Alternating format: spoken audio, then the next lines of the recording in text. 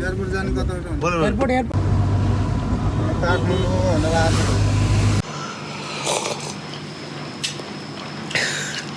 অতটা মজা না। أنت মোহাম্মদ রেজাউল করিম সাদ।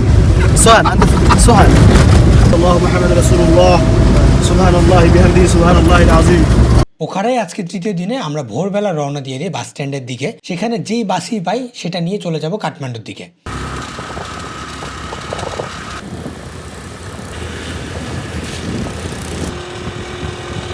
বাস পাওয়ার চান্সেস একেবারেই নেই, কেননা সরকার থেকে মানা করে দেওয়া হয়েছে কোনো প্রকার বাস এখন চলবে না। সো সেখানে গিয়ে আমরা কোনো যদি বাইক বা কোনো যদি গাড়িও পাই সেটাতে করে চলে যাব।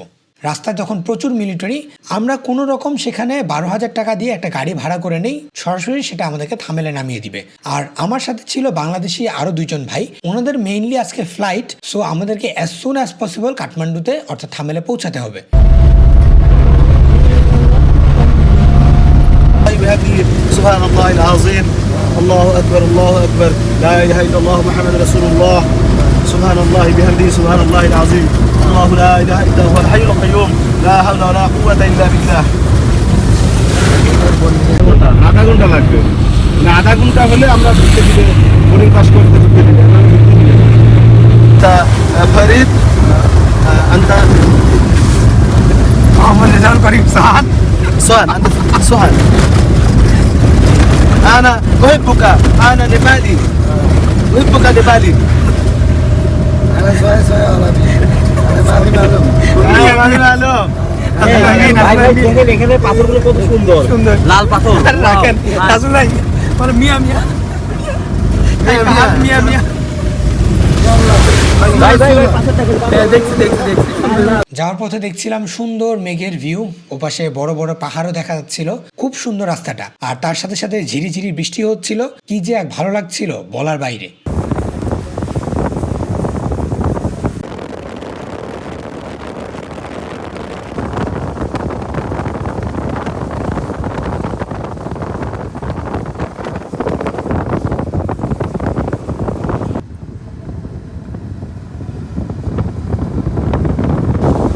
আমাদের এই পর্বে বেশি কথা বলবো না, এই পর্বে দেখানোর ট্রাই করব নেপালের এই পোখারা থেকে কাঠমান্ডু পর্যন্ত যাওয়ার যে সুন্দর রাস্তা, সেই সুন্দর রাস্তার অপরূপ সৌন্দর্য।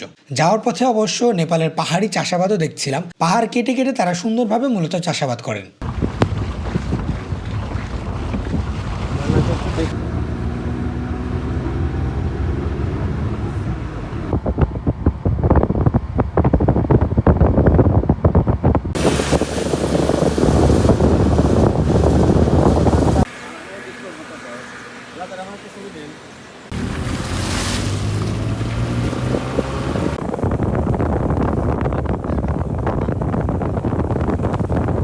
ঘন্টাখানেক যাওয়ার পর আমরা একটু পাথুরের রাস্তার দিকে চলে আসি। এদিকে যত আগাচ্ছিলাম তত দেখছিলাম পাহাড় ধসের ঘটনা বেড়েই যাচ্ছিল। অল্প অল্প করে পাথর ভেঙে পড়ছিল, কোথাও মাটি ভেঙে পড়ছিল, কোথাও একেবারে পাহাড়ের একটা অংশ ভেঙে পড়ে যাচ্ছিল।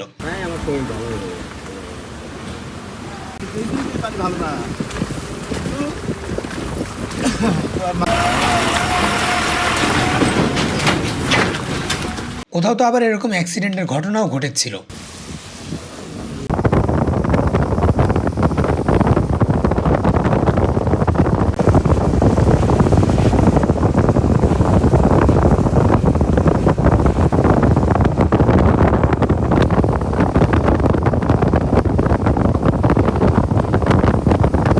মাঝে আমরা একটা জায়গায় একটু নাস্তার ব্রেক নেই। এই জায়গাটায় পিছনে একটা নদীর মতো অংশ ছিল, অনেক জোরে সেখানে স্রোত যাচ্ছিল।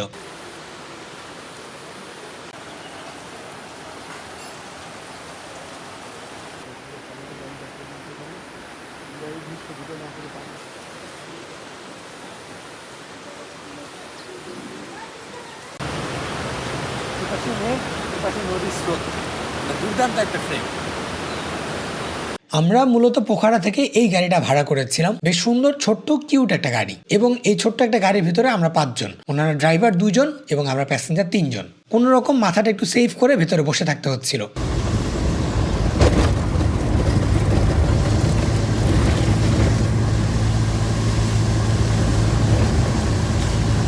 ড্রাইভার দুজন থাকার কারণ হচ্ছে নেপালিরা এরকম লং রুটে কখনো একজন ড্রাইভ করেন না, একজন থাকে অ্যাসিস্ট্যান্ট ড্রাইভার, একজন থাকে মেইন ড্রাইভার। অর্ধেক রাস্তায় উনি চালান, অর্ধেক রাস্তায় ইনি চালান, এভাবে ভাগ করে করে ওনারা ড্রাইভ করে থাকেন।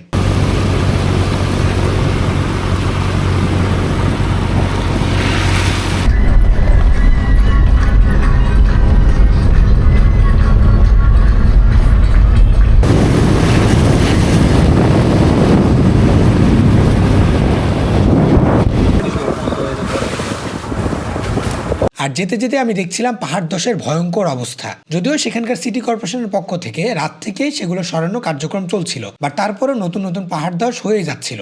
রাস্তাগুলোর অবস্থাও খুব একটা ভালো ছিল না, অন্যান্য গাড়ি ঘোড়াকেও তখন কষ্ট করে যেতে হচ্ছিল।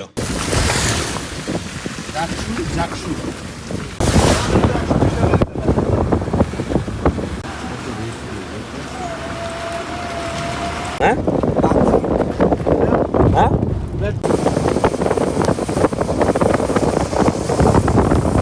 বলতে না বলতেই আমি মাথায় প্রচণ্ড একটা ব্যথা পাই, যার কারণে মাথাটা নড়াতে আমার প্রচণ্ড কষ্ট হচ্ছিল। একদিকে পাহাড় ধস, একদিকে মেঘ, একদিকে বৃষ্টি, যেমন সুন্দর তেমন রোমাঞ্চকর একটা অভিজ্ঞতা। তাই বিমান তো ঢুকতে পারলো না, বুঝেন না, যাত্রীর সমস্যা হলে যাত্রীর ইয়ে হবে, এটা তো বিমানেরই সমস্যা। বাংলাদেশের এটা ত্রুটি, যাত্রীদের তো ত্রুটি নাই।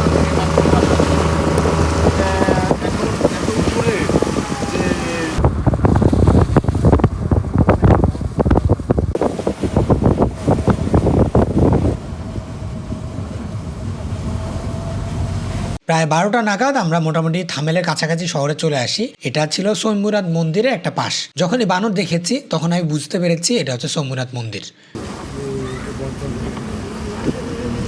কিন্তু ভেতরের দিকে ঢুকতে শুরু হয় সমস্যা। মোড়ে মোড়ে তখন মিলিটারি পুলিশ সবসময় আমাদের পাসপোর্ট, এয়ার টিকিট এবং অন্যান্য ডকুমেন্ট তাদেরকে দেখাতে হচ্ছিল। থামেলে পৌঁছাতে পৌঁছাতে দুপুর হয়ে যায়। আমার বাঙালি ওই দুই ভাই চলে যায়, কেননা ওনাদের দুপুর 2টায় ফ্লাইট, সো ওনাদেরকে খুব আর্লি চেক ইন করতে হবে। আর আমি চলে আসি আমাদের হোটেলের দিকে। থামেলে খুব একটা মানুষজন ছিল না, আর দোকানপাটও খোলা ছিল না, সবগুলোই মোটামুটি বন্ধ ছিল, আর 2-1 মানুষ হাঁটাচলা করছিলেন।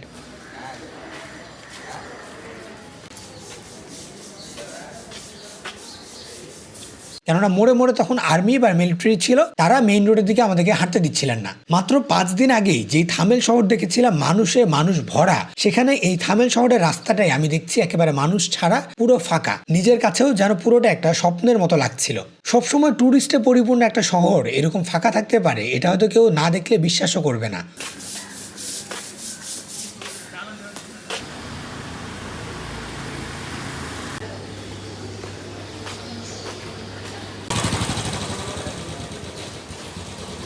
আমি একটু ভেতরের দিকে অর্থাৎ থামেল শহরের একটু ভেতরের অলিগলিটা হেঁটে দেখছিলাম। দেখলাম যে সব দিকে একই অবস্থা, কোনো দোকানপাট খোলা নেই, এমনকি খাবারের দোকানপাট পর্যন্ত খোলা নেই, না আছে ফার্মেসি, না আছে অন্য কোনো দোকানপাট, সবগুলোই লক করা। কেবল 2-1 মানুষ এদিক সেদিক হাঁটাহাঁটি করছেন।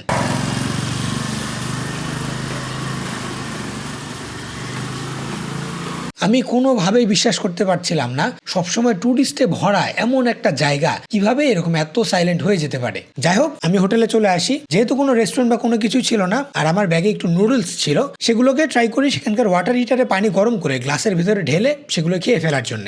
এই যে হচ্ছে আমার নুডলস, বানানো নুডলস। এখানে মশলা আছে, একটু পেঁয়াজের তেল আছে, অ্যান্ড দ্যাটস ইট। এই যে মশলার প্যাকেট, আর এটা হচ্ছে মূলত পেঁয়াজের তেলের প্যাকেট।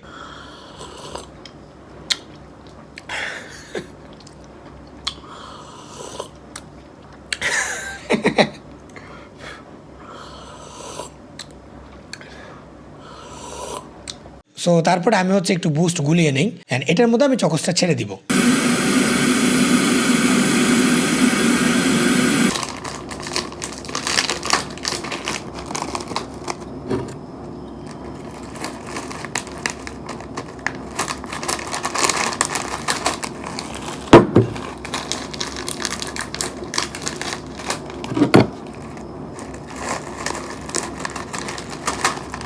করে না কেন? ফুটা আরো বড় করতে হবে, বড় ফুটা হলে আসলে ভালোভাবে পড়ে। So yeah, it's the drink.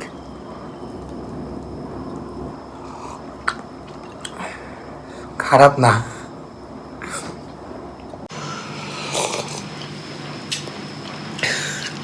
অত এতটা মজা না, বাট মানে চলে আর কি। যদিও পরে শুনি যে একটা পাকিস্তান রেস্টুরেন্ট খোলা আছে, পরে তাদেরকে ফোন দিয়ে আমি হোম ডেলিভারিতে কিছু খাবার দাবার অর্ডার করি। এখানে ছিল বাফ মোমোস আর একটু কাবাব, সাথে তাদের স্পেশাল সস।